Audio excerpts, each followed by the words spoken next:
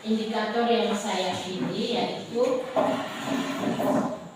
refleksi pengelolaan kurikulum satuan pendidikan.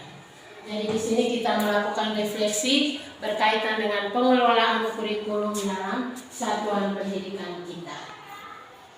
Target perilaku yang saya pilih yaitu saya memandu refleksi mendalam termasuk membicarakan umpan balik dari warga sekolah. Dalam hal ini warga sekolah yang diwakili oleh Bapak Ibu guru sekalian secara terbuka. Jadi di sini saya memandu refleksi dari kita semua. Jadi refleksi itu berarti kita bercermin pada diri sendiri. Ibarat kita berada di depan cermin, wajah kita lah yang tampak, bukan wajah siapa-siapa. Refleksi itu kita mencoba melihat wajah kita dengan segala kelebihan dan kekurangan. Itu adalah pengertian refleksi secara umum. Sekarang kita sebagai pendidik, refleksi pendidik itu berarti mendorong kita melihat kembali pada proses yang telah terjadi secara holistik atau menyeluruh.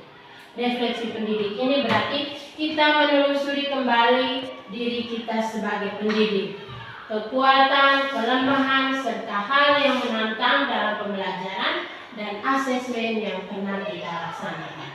Jadi refleksi itu juga berarti kita menemukan makna dari proses evaluasi yang pernah kita laksanakan. Kelas 3. Terima kasih untuk kesempatan yang diberikan. Di sini saya untuk memberikan sedikit pengalaman saya. Mungkin ini lebih ke kekurangan saya, Bu. Karena selama 1 semester ini saya melihat bahwa mungkin dalam menerapkan metode di kelas saya itu ada sedikit kekeliruan atau kesalahan yang memang metode saya itu tidak cocok untuk semester ini. Sehingga ketika pembelajaran berlangsung ada beberapa siswa yang memang kalau saat dijelaskan mereka duduknya mungkin ada ribut atau melakukan sesuatu yang lain tanpa mendengar penjelasan yang ada di depan. Jadi mungkin saya pikir bahwa kemungkinan ini metode yang saya gunakan dari awal itu mungkin ada kesalahan atau mungkin kekeliruan dan tidak cocok di dalam kelas yang saya hadapi. Baik, terima kasih untuk dari kelas 3. Itu berkaitan dengan metode pembelajaran yang digunakan dalam pembelajaran, sehingga terlihat banyak anak yang masih ribut. Jadi itu nanti kita gali secara lebih dalam, kenapa sampai banyak anak yang ribut.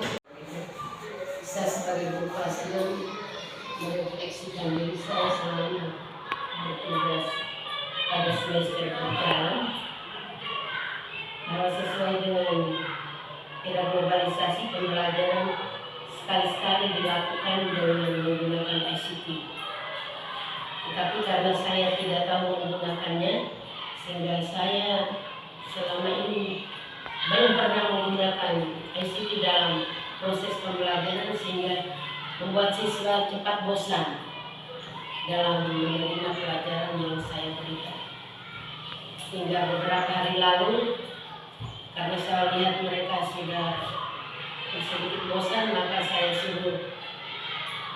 konsultasi dengan Ibu Asti, kasih mereka kelompok untuk mencari sendiri di internet pada kerjasama Indonesia dengan Singapura melalui internet.